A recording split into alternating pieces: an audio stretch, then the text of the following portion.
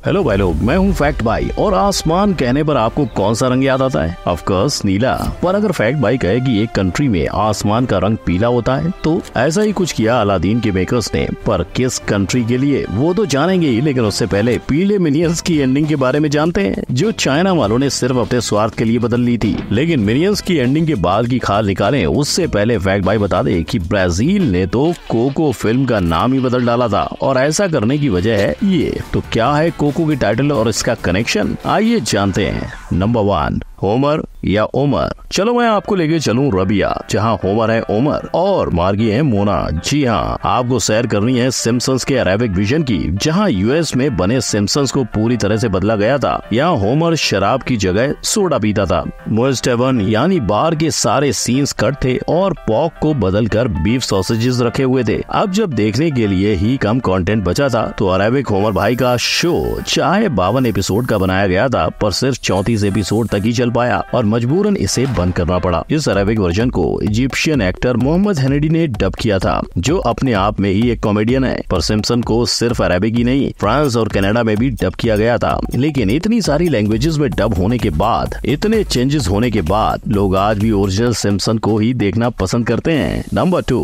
Chinese minion. China वाले सिर्फ India का मैप बदलना नहीं जानते, बच्चों के एनिमेटेड फिल्म को भी बदल देते हैं। ऐसी गुस्ताखी उन्होंने पूरी बच्चा पार्टी के मनपसंद मिनियन मूवी के साथ की थी। इस मूवी में बाकी तो सारी चीजें एक ही जैसी थी, लेकिन इसके एंडिंग को चाइना में बदला गया। अब जिन्होंने इस मूवी को नहीं देखा उन्हें फैक्ट भाई बता दे कि आगे स्पॉयलर्स हैं, और अगर आपने इस मूवी को देखा है तो आपको उसकी एंडिंग जरूर याद होगी, जहां वाइल्ड नकल मरने की एक्टिंग करके एंड में बच जाता है। पर नहीं, चाइना में इस एंडिंग के बदले दिखाया गया है कि वाइल्ड नकल को पुलिस पकड़ लेती है और ग्रू अपनी फैमिली के पास वापस चला जाता है। शायद इसे देखने के बाद मूवी के मेकर्स कभी चाइना से अपने राइटर्स हायर नहीं करेंगे।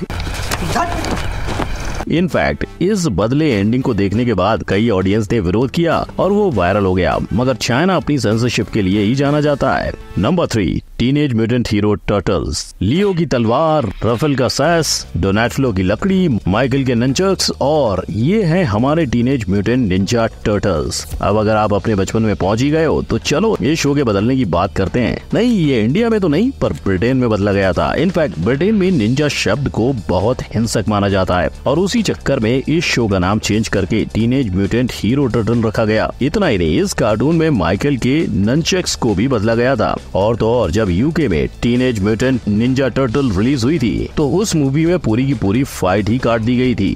चीटिंग करता है तू, चीटिंग करता है तो जहाँ यूके ऑडियंस के लिए फाइट कट की गई थी, वहीं फ्रांस की ऑडियंस के लिए इनक्रेडिबल्स में डायलॉग चेंज किए गए थे। आप सबको उसका ये विलेन तो याद ही होगा, हालांकि ये फ्रेंच ही दिखाया है, पर फिर भी इसके डायलॉग्स को थोड़ा और फनी बनाया गया।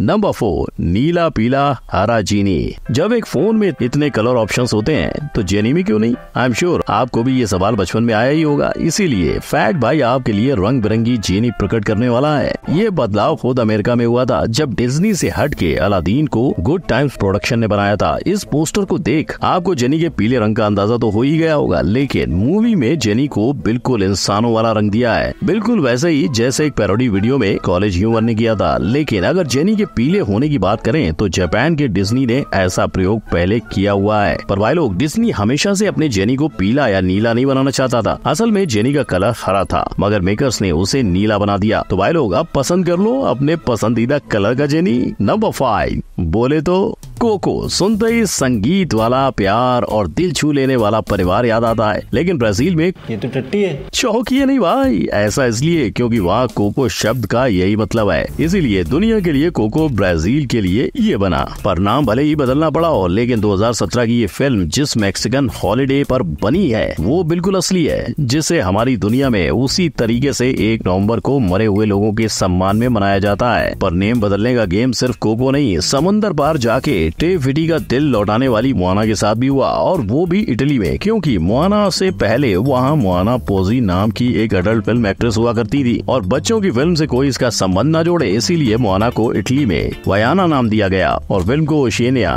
नंबर 6, बोलने वाले कॉकरोचेस। क्यों, आपको भी ऐसा ही लग रहा है ना कि ओगी चिप्स मांग रहा है? तो अब देखो वो असल में बोलना क्या चाह रहा है। Come on, Augie. You can do it. Come on. Hey.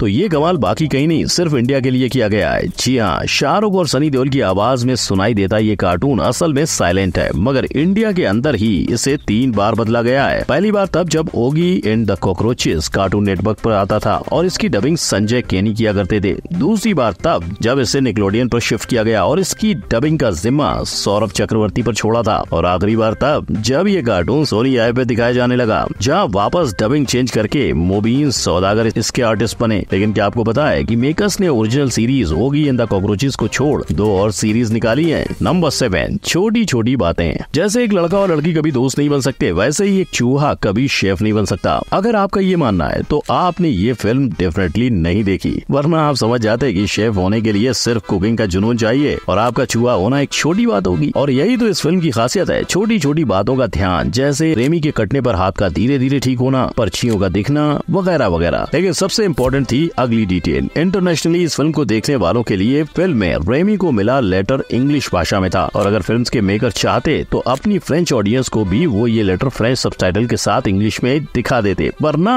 उन्होंने रेमी द रैट जो फ्रेंच था उसके लिए वो लेटर को फ्रेंच भाषा में दिखाया। नंबर 8, भूल भुलैया। ये है डोरी जो खुद को छोड़कर हर चीज भूल जाती है। क्या है कि कभी कभी मेरी याददाश्त चली जाती है। पर ये तो सब जानते हैं, लेकिन शायद ही आप जानते होंगे कि लोग इसे पिक्सर की वो फिल्म मानते हैं जिसमें सबसे ज्यादा हैंडीकैप कैरेक्टर्स हैं। डोरी का मेमोरी लॉस, नेमो का छोटा फिन, डेस्टिनी को नजर न आना, बेले के सर की चोट और हैंक के 8वें टेंटिकल का गायब होना। लेकिन इस सब के बावजूद फिल्म ड्रामा, कॉमेडी और कुछ कर दिखाने के इमोशन का पैकेज है। और फिल्म का दी एंड होते होते जब नेमो और उसके पिता को डोरी को उसके माता पिता मिल जाते हैं तो वो कामयाब हो ही जाते हैं। पर जहाँ इंटरनेशनल ऑडियंस के लिए इस मूवी का दी एंड हुआ था, वहीं इसकी स्वीडन वाली एंडिंग ट्विटर पे ट्रेंड हो गई थी। असल में स्वीडन में दी एंड को स्लूट कहते हैं और इसे लिखा अंग्रेजी के एक बैड वर्ड की तरह जाता है। और जब अंग्रेजी जानने वालों ने ये देखा तो बस एक दिन में इसे लाखों में लाइक्स और व्यूज मिल गए थे। तो दोस्तों, ये थी वो एनिमेटेड मूवीज जिन्होंने ऑडियंस के दिल को खुश करने या जरूरत अनुसार अपनी फिल्म में बदलाव किए थे। और इस पूरी लिस्ट को देखकर आपको पता चला होगा कि इंडिया के लिए अब तक तो विदेशी फिल्मों ने ज्यादा मेहनत नहीं की है, पर ये वो भी जानते हैं कि जब तक वो इंडिया की ऑडियंस को कुछ ऐसा ना दें जिससे इंडियन ऑडियंस कनेक्ट हो, उनके बॉक्स ऑफिस का कलेक्शन खाली रहेगा। शायद इसीलिए Spiderman across the Spiderman verse में हमें मुंबटन और पवित्र प्रभाकर देखने को मिले,